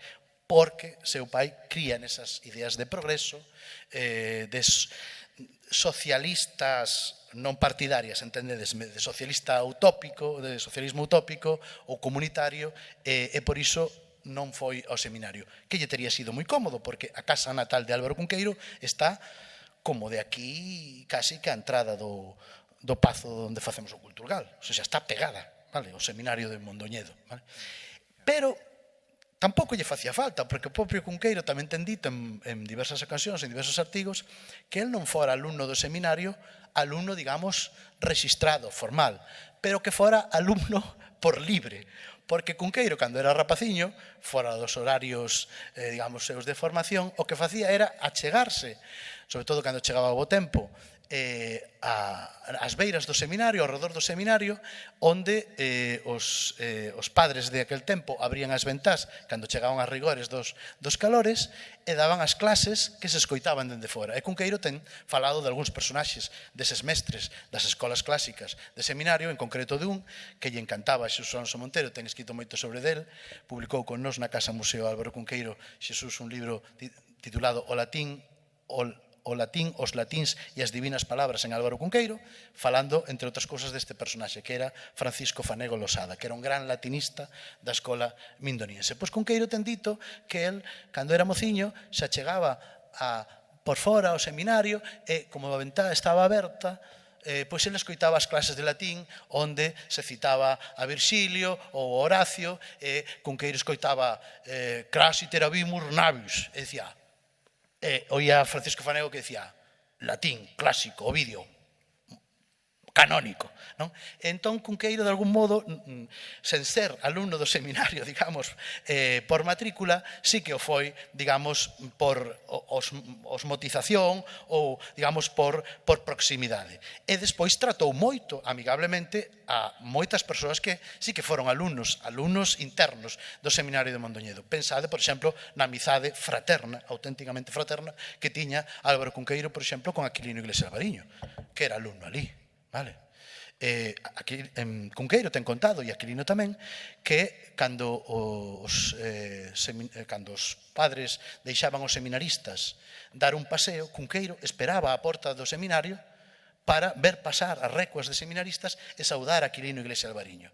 E pensade, cando describe Cunqueiro, a principios dos anos 30, cando lles dá por facer no fallo, bueno, vos decides fallado, no fallado da súa casa natal, no fallo da súa casa natal, a famosa Oficina Lírica do Leste Galego, que acompañen Aquilino Iglesias Albariño, seminarista, Bernardino Vidarte, un dos ilustradores de época máis coñecidos nese momento, e máis Álvaro Cunqueiro. Describe todo ese ambiente. Por lo tanto, non foi seminarista por esta cuestión que vos comento de que a inclinación da familia era outra, sobre todo do pai. Pero foi no, como diría Alonso Montero, non foi de jure, pero foi no de facto.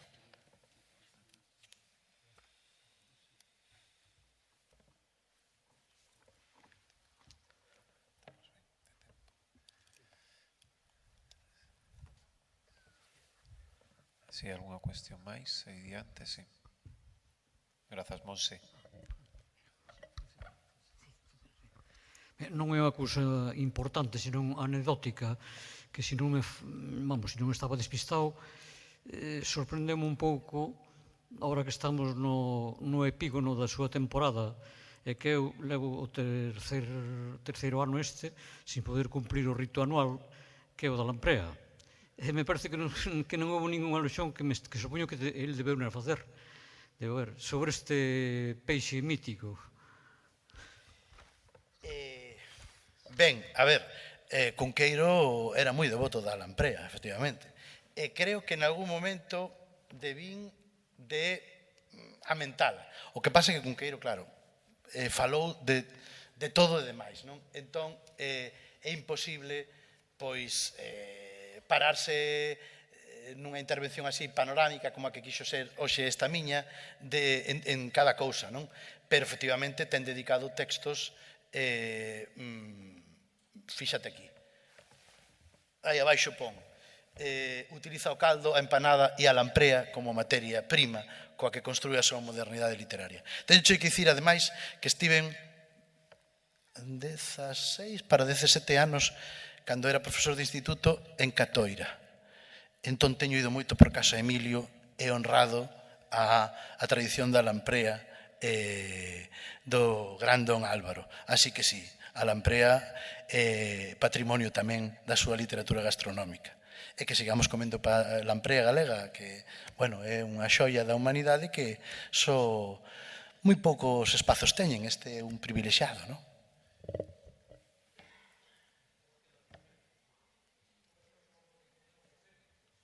Claro. Sí, é verdad, sí.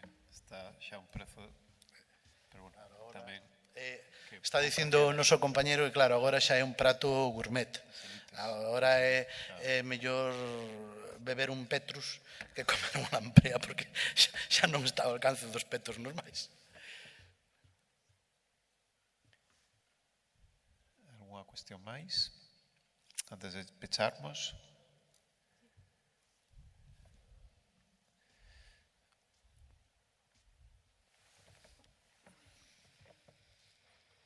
Bueno, hola, pero a mí cando falan dunha persoa fan tanta idolatría del, a mí a bofé que me fede, non? Porque non hai persoas tan, digamos, tan buísimas, tan excelentes. Bueno, Cunqueiro ten evidentemente os seus méritos literarios, pero a min o que me interesa tamén é a súa parte escura, non? A súa parte, digamos, que non se cita, que é o episodio falancista, é o que me interesa, porque ele se meteu durante un tempo na falanxe, que o levou a iso, é porque foi por cobardía ou por non ter que fuxir de aquí, ou como foi o tema? Moi ben, pois aproveito para saudar ao amigo Uxío, que é amigo de moito tempo. A ver, efectivamente, Álvaro Cunqueiro, como todo ser humano, tiña claroscuros, e tiña luces e tiña sombras, e tivo unha vida a volta, convulsa, moi intensa, e tivo momentos contextuados onde probablemente estivo en espazos nos que despois non se recoñeceu e que eran espazos equivocados, non? Pero ben, é o que ti moi ben dís, non se trata aquí de facer panexíricos de ninguén, senón simplemente poñer en valor pois, o seu talento literario, que é do que viñamos falar aquí. Pero xa que me falas dunha cuestión máis biográfica, que ten que ver co ideolóxico e ca figura de intelectual, eu non a nego, ni moito menos, fago o balance global do que supón a figura de Cunqueiro, creo que sigue sendo positivo, pero, efectivamente, ten esas sombras moi delicadas. Pero son sombras que teñen moitas outras e moitos outros da nosa literatura e non só, aos que non lles apoñemos ou polas que non preguntamos en público. Vale? E claro, a mí agora doeme poñerche exemplos de persoas que todos admiramos, que para nós están do lado dos impolutos e que teñen eses mesmos episodios. Entón, eu creo que é mellor que as falemos se queres ti eu noutro momento, porque claro, vai parecer que eu estou falando mal de outros, e non quero iso. Pero sí que é certo que Cunqueiro tivo nos seus anos digamos, da inmediata posguerra, un pasar moi delicado, moi complexo, e que fixo artigos pois que son opinables. En todo caso, se te interesa este tema xío, escribín un ensaio, un artigo para a revista Luces de Galiza, onde explico todo isto. E falo del e de outras figuras que viviron vidas máis ou menos paralelas, de algunhas das que estivemos falando aquí e das que estamos conmemorando este ano, vale?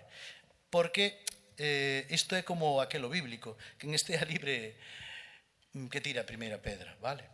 E sobre disto teñen escrito outras persoas tamén, e efectivamente, pois, Cunqueiro tivo eses anos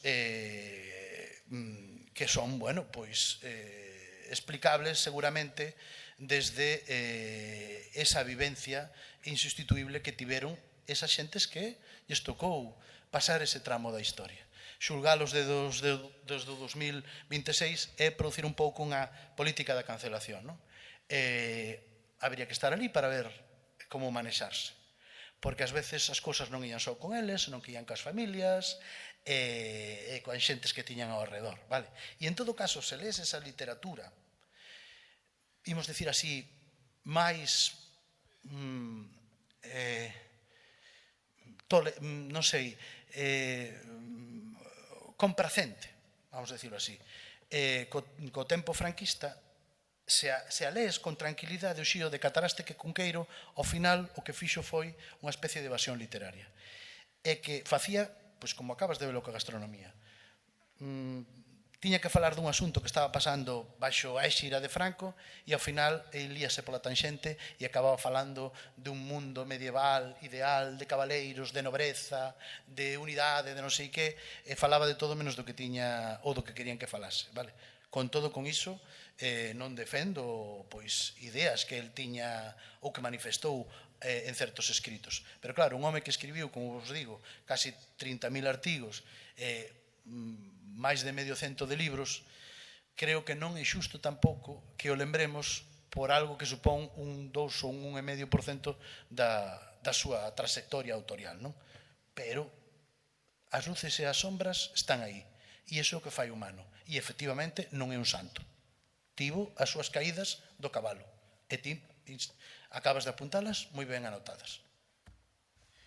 Eu de todas as maneiras, o mellor, as caídas a cabalo ou de cabalo, como queremos dicilo, eu creo que o mellor no tema de Cunqueiro apostaría máis a parte persoal, algunhas cousas que o mellor que non son para tratar aquí. Pero polo que sei, polo que me contaron, as xentes que sí o coñeceron, entre eles o meu propio avó, unha das cousas que dicían é que realmente el fabulou con ter ese carné da Falanxe, pero que nunca tivo ese carné, ni nunca estivo escrito. Cando realmente se foi a comprobouse que el nunca estivera en Falanxe, ni moito menos. Despois, outra das cousas é que se sabe que el estivo agochado durante un tempo na zona costeira, non lembro en que concello, pero sei que estivo agochado tamén en Ortigueira, grazas, porque efectivamente tiña ese medo, como tiveron moitos outros, entre eles o meu admirado Otero Pedrallo tamén, que tivo que estar refuxiado no seu pazo e noutros sitios, non? Fuxindo desa deses horribles tempos. Entón eu creo que el realmente, bueno, foille retirado tamén o carné de xornalista, ou seja, el tamén sufriu de alguma maneira tamén a propia censura, non? Entón, bueno, eu creo que aí, inda que hai partes que evidentemente, como xa ben dixeches ti, escuras, eu apostaría que el moitas veces fabulou tamén con ter ese carné que nunca tivo, o sea, xa que nunca, inda que probablemente, o mellor, pois, igual estaba de acordo con algunhas das ideas do que se estaba facendo, ou dáballe igual, o mellor, non? Probablemente sentiu como moitos outros, a moitos amigos que bueno, pois que se foron perdendo ou que foron asasinados, fusilados, aí entre outros, pois aquí, por exemplo, na Caíra, non? Hai unha carta de Álvaro Cunqueiro a Augusto Asía que fala dese tema, non? E que di, el, bueno, pois no momento 36 non se sabía que o que estaba pasando todo. Bueno, hai un artigo seu publicado en El Pueblo Gallego que está nunha compilación que fixen eu que se titula O mundo de outras vésperas, onde fai unha especie de relato parabólico a principios do ano 36 do que vai acontecer, e hai unha especie de loita ali descrita así en plan moi prosalírica entre brancos e vermellos, di el. E é impresionante lelo pensando na inminencia da guerra civil no que ia acontecer, e é unha loita fratricida que a él lle parece horrorosa, non? Pero claro, nese primeiro momento as augas estaban moi convulsas, non se sabía que o que estaba pasando, en que ia caber todo, sabíase que había unha ruptura do réxime, do goberno lexitimamente escollido e demais, pero todo era, nos primeiros momentos, bueno, pois, incerto, non sabía ata que punto ia chegar, como diría Kim Monzó, a magnitude da traxedia. Vale? En todo caso, este asunto de Cunqueiro ten tamén hai moitos de nós que temos pescudado toda esa información e é todo bastante confuso. E hai cousas que se dan por certas que, como acaba moi ben de dicir Anxo, cando se van buscar as documentacións, pois non se dan constatados. Por exemplo, hai episodios que di Álvaro Cunqueiro estivo no cárcere tal. Non estivo no cárcere. Tiña unha especie de réxime penitenciario que tiña que ir, efectivamente, tivo unha condena por cousas que non fixo como é debido, que vos sabedes aquí, de enganifas, de quedar en facer artigos que despois non fixo, esas cousas, vale?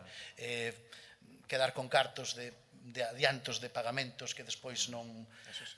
esa picaresca, etc.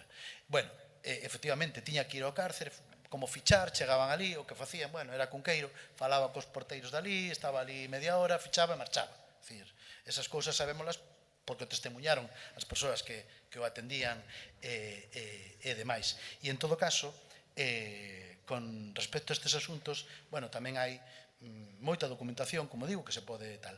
E isto ten que ver, e por iso tamén me gusta, Uxío, que sacases este tema, con isto que estivemos falando hoxe. Unha das razóns que explican, fixadevos cando vos dixen que comeza Álvaro Cunqueiro a escribir sobre o gastronómico, no ano 40. Se buscades, eu xa digo que teño feito traballos, e outros moitas compañeras e compañeros, sobre a articulística de Cunqueiro antes da guerra, veredes que non fa... A ver, pode citar unha comida ou pode aparecer nunha cousa que non ten que ver con eso a palabra lacón ou a palabra filloa. Pero, que dicir, non fai artigos, non fai ensaios, non fai escritos sobre gastronomía na preguerra. Fainos na inmediata posguerra. Igual que os libros de viaxe, sí que fai estampas, ao mellor, pois falando dun lugar ou tal, pero libros de viaxes, guías, etc., fainas na posguerra. Por qué? Bueno, como diría outra vez o noso admirado Alonso Montero, pro pane lucrando. Porque neses anos, na España deses anos, a literatura gastronómica, ao uso, e ao non uso, como a de Cunqueiro, que colou por aí, ou a literatura, digamos, turística, paisaxística, de viaxe, etc. Pensade cantas páxinas dedicou Cunqueiro, por exemplo, ao Camiño de Santiago, etc., guías e todo iso, tal. Esa era unha vía da cultura, digamos, do momento que se estaba potenciando. E que as editoras lles interesaba, e aos directores dos medios, e que pagaban ben. E Cunqueiro era humano, comía e bebía auga como a nós. Non vivía do aire, non era anaeróbico, e a súa familia tivo 2 fillos e unha muller. Entón, tiña que comer, e claro, el detectou, supoño, que a literatura gastronómica ou a de viaxes ou outras pois era unha vía posible para reintegrarse na escrita, sobre todo despois do episodio da perda do carné de periodista, etc., porque era unha escrita ben recibida pola xente, onde el podía desenvolver o seu potencial literario por outro vieiro, non?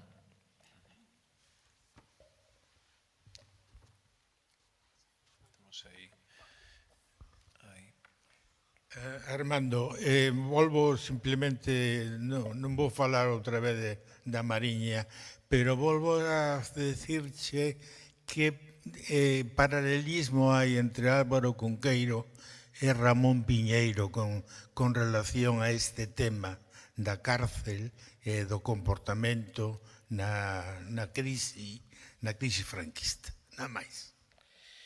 Pois moitas gracias, Francisco. Bueno, Francisco, o amigo Francisco, descubrín hoxe que somos conterráneos. Ele é de Ribadeo de Mondoñedo. Ribadeo de Mondoñedo é como Pollo e Pontevedra, quero dicir, somos mariñaos os dous, e iso pois é algo que nos une pois de modo gozoso. Francisco, pois mira, gústame tamén que abras a banda por este lado e que saia esta figura tamén de Ramón Piñeiro, que foi decisiva tamén para a figura de Álvaro Cunqueiro, xunto con Francisco Fernández de Riego, probablemente unha das persoas que máis potenciou o regreso de Cunqueiro á literatura galega nese tempo de posguerra, nese tempo confuso do que falaba o Xío, onde todos estaban un pouco perdidos e había que recuperar o norte, e estas cabezas pensantes que foron del Riego, que foron Illa Couto, que foron Ramón Piñeiro, tamén coas súas luces e sombras, que as tiñan en moitas, claro, pois reconduciron toda esta circunstancia. E a Piñeiro, pois pasoulle o tivo mutatis mutandis, unha vida, en algún sentido, paralela do propio Cunqueiro. Tamén Piñeiro sufriu presidio. Estivo ali en Illescas e tal, non o pasou ben. E isto tamén é algo que agrádame, Francisco, que o saques a colación, que tamén conviña que o recordásemos. Porque, por exemplo, esta tempada, e sabedes do que falo, houve moita polémica con iso, con respecto a Piñeiro, non? Por un libro dun compañeiro moi coñecido, non? E sobre tamén, pois eso, os clarescuros da figura de Ramón Piñeiro. E insisto que ten cousas, seguro, obxectivamente criticables. Pero quero deixar tamén aquí, pois na conversa, dito que, ademais do de Cunqueiro, que agora volverei, non se entende a Galicia de hoxe sen a figura de Ramón Piñeiro. Para o malo, que o haberá, pero tamén para o bo. E esta xente pásalle a Piñeiro, e tamén lle pasa a Cunqueiro. Claro que seguro que tivo errores, pero tamén tivo acertos. É unha cousa que moitas veces non... Eu creo que ás veces se nos esquece poñer suficientemente na balanza, claro, pois Cunqueiro tivo estas veleidades perigosas, claro, pero non se di, e cantas persoas lle deu Cunqueiro a posibilidade de que empezasen a publicar os primeiros textos galegos no Faro de Vigo, por exemplo? Ou noutros espazos, ou noutros medios. A cantas persoas dixo Cunqueiro, eu non podo ir a tal sitio, chamadeo para que vai a tal sitio conferenciar, ou para participar en tal cousa ou tal outra cousa, Cunqueiro. Cunqueiro abriu moitas portas a moitos colegas seus, e Ramón Piñeiro infinitas. Seguramente tamén actuaron noutros casos pois de un modo pouco brillante e opaco, e non souberon axudar o que deberían a colegas ou empurrar o suficiente para a cultura de Galicia en casos en que non o viron claro. Pero eu creo, sigo pensando que o balance é positivo, a pesar das luces, das sombras que se lles poden apor. E a Ramón Piñeiro, bueno, pois nesta última tempada, pois tamén se estiveron afeando cuestións que seguramente en algúns puntos merecía, pero que non se cadra balanceado en xustiza, pois amentar as cousas que sí que fixo ben. E no caso de Cunqueiro, Ramón Piñeiro axudou moito a súa figura. A literatura que facía Cunqueiro encaixaba na cosmovisión creativa que tiña Ramón Piñeiro. E por iso no proxecto Galaxia, cando Galaxia empeza a vertebrar a cultura do país no ano 50, Cunqueiro encaixaba. E encaixaba con Piñeiro e encaixaba con Otero Pedrallo, que estamos conmemorando este ano, que foi o primeiro presidente de Galaxia, e con outros que andaban naquel momento. E Ramón Piñeiro, ademais, tiña, Francisco, xa que estamos nesta clave conterránea, tamén tiña a circunstancia de que coñecía a Cunqueiro desde moi noviño, porque se atoparan xa en Lugo, no Lugo do tempo da República, vale? Porque Ramón Piñeiro é de Láncara, lucense, e, polo tanto, bueno, pois aí tamén había unha conexión empática, se quere dicir así, porque tiñan moitas amizades en común e eles mesmos, os dous, se apreciaban mutuamente, non?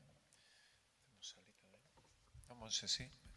Bueno, Monse está facendo uns steps hoxe por toda... Mea culpa. Boa tarde, Armando. Boa tarde. Queríache propor unha viaxe canda min, non sei se me queres acompañar. Vendo como intitulas o teu relatorio, que é realidade e ficción de arte culinaria en Cunqueiro, eu queríache ler, se mo permites, espera que agora perdín a páxina, nas comunicacións que aparecen aquí un par de parágrafos da autoría de Begoña Lesente, non sei se coñeces, que leva por título "E agora que é crónica dunha morte por inanición anunciada". E así falamos de literatura e de lingua. Hoxe non sei se sabes que o noso ínclito presidente da Xunta dixo que ese pacto, que eu non sei se vai ser pacto ou pauto, falando de etimoloxía da lingua, que Galiza é un territorio bilingüe. O bilingüismo, se nos atemos a teoría lingüística, como tal, con rigor, non existe nin é perfecto, e no caso de Galiza, moito menos. Vouche ler isto, mira. As tan nomeadas competencias no ámbito educativo deron paso á proclamación destas como cualificación efectiva. Desde un punto de vista crítico, exíxese, dende a perspectiva de Sarah Morgenstern, que conceda recoñecemento a formas non tradicionais e, con isto, artellar a formación inicial e permanente, a formal e a informal, compatibilizar o local co global. Isto implica a necesidade de asumir a responsabilidade perante un sistema que non é quen de dar respostas ao ritmo das necesidades dunha sociedade no abismático cambio constante. Aquí, polo do Caborco, falaría eu de Escila e Caribdis. Non o pon, pero se cho dixo eu. Así, asistimos a unha aplicación de legislación educativa nas escolas que ensina contidos do século XIX con profesorado do século XX e alumnado do século XXI, tirado de Font e Pozo no ano 2001.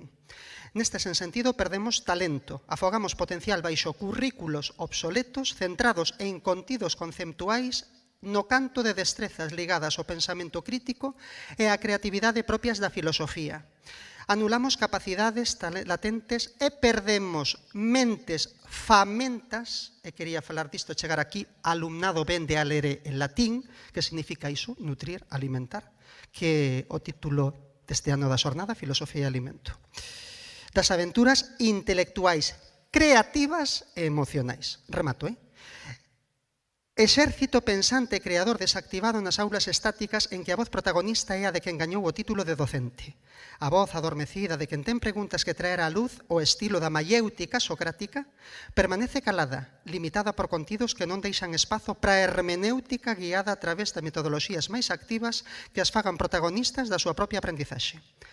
Como queremos que teñan inquedanzas se adestramos de forma conductista mediante a repetición e a mecanización de respostas alleas para preguntas que nin se formularon eles, elas mesmos, mesmas? Eu engadiría elu, e permítome unha suxestión bibliográfica, na Través Editora ven de sair, de dar o prelo, dar a lume, un volume que leva por título Guía de linguaxe non binaria que debería de ser abordada na análise gramatical na aula. Ben, sigo, esa remato, Se callar, sería oportuno revisar a fame presente nas escolas e facer autocrítica en lugar de sinalar a que non lle queda outra que estar onde tantas veces non quere estar. E remato.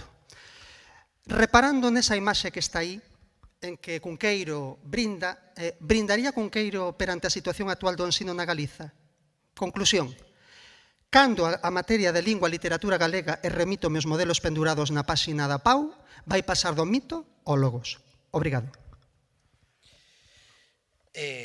Pois, moitas grazas por a túa intervención. A ver, formulas varias cuestións, son de fondo calado. Se cadra van a resposta que merecerían vai exceder o tempo que a mellor temos.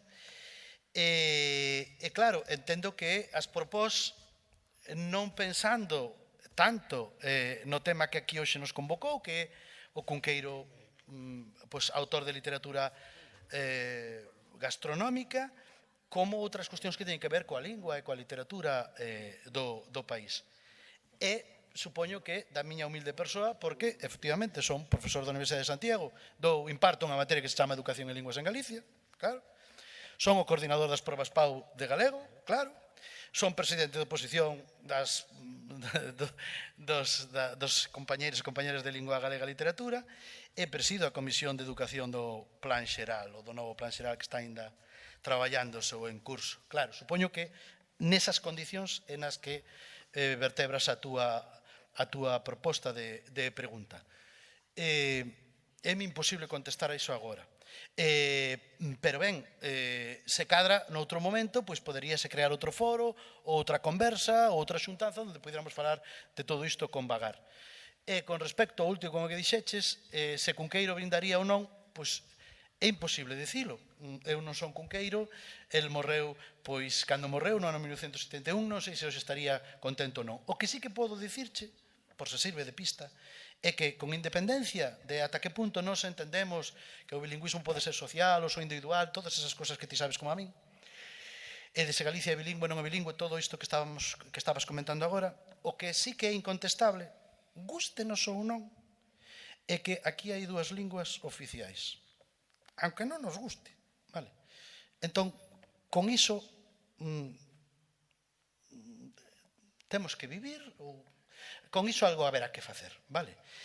E o que tamén é unha obviedade, e creo que iso sí que se cingue o que estivemos traballando sobre a literatura gastronómica de Cunqueiro, é que Cunqueiro era, el sí, un escritor polilingüe, non só bilingüe, porque tamén ten algunhas catigas en catalán, etc. Entón, desde ese punto de vista, e cinguíndome o que foi hoxe o convite, se me convita Anxo ou ti para outro foro ou tal, pois miramos se podemos amañar, en Cunqueiro, na literatura en xeral de Cunqueiro, e na literatura gastronómica en particular, había unha convivencia amable entre as linguas, vale? Outra cosa é como se proxecta iso no social, e como iso pois, se crea nunha espiral maior que é a do pobo galego. En todo caso, pareceme unha reflexión moi interesante e que creo que merecería un foro particularizado para tratármolo, e igual unha semana galega da filosofía pois pode tratar de lingua, identidade e tal, que creo que xa se fixo, pero pódese facer un revival porque a situación igual non era hai 20 anos a mesma que agora, e a mellor por aí podemos avanzar, eso sí. Sí.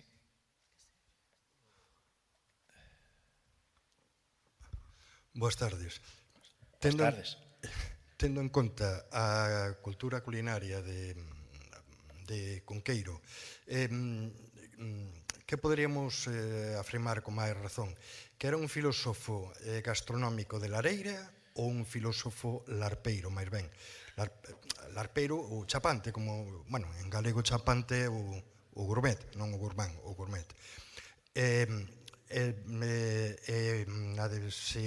Facendo un esforzo de imaginación e creatividade, se hoxe tuveramos a Cunqueiro, que podería escribir nun artigo sobre as actuais modas da cociña, de construir unha tortilla de patacas, de construir un cocido, de construir un pulpo a feira?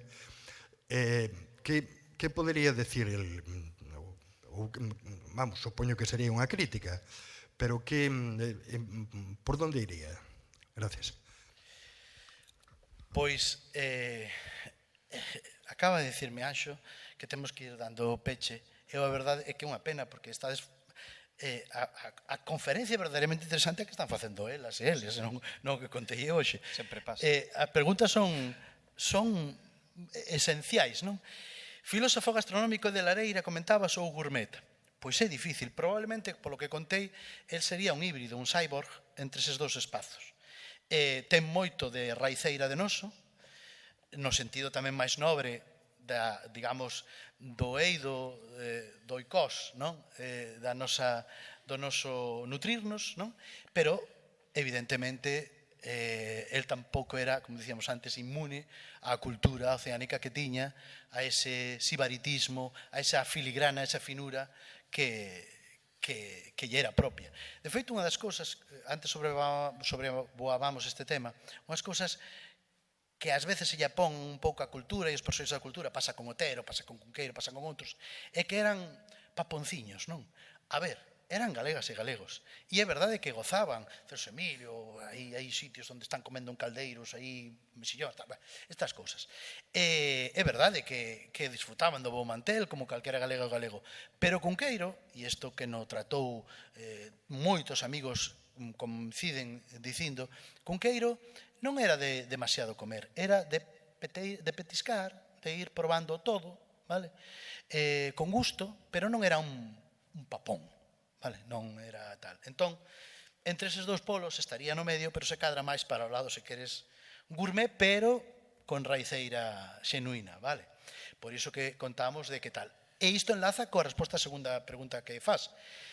O da deconstrucción gastronómica, vale? Bueno, eu creo que Cunqueiro apostaría pola cociña tradicional, axornada, actualizada, implementada, hibridada, reinventada, pero con unha esencia, cunha base, pois, digamos que recollese a tradición secular. Eu creo que iría máis por aí. E non me parece a min que... Creo que vería como cousas pintorescas as deconstruccións das que falamos. E creo que nisto, é porque preguntastes noutro sentido outras cousas para xogar ao paralelo, hai unha entrevista onde cambia a cousa e entenderás a resposta.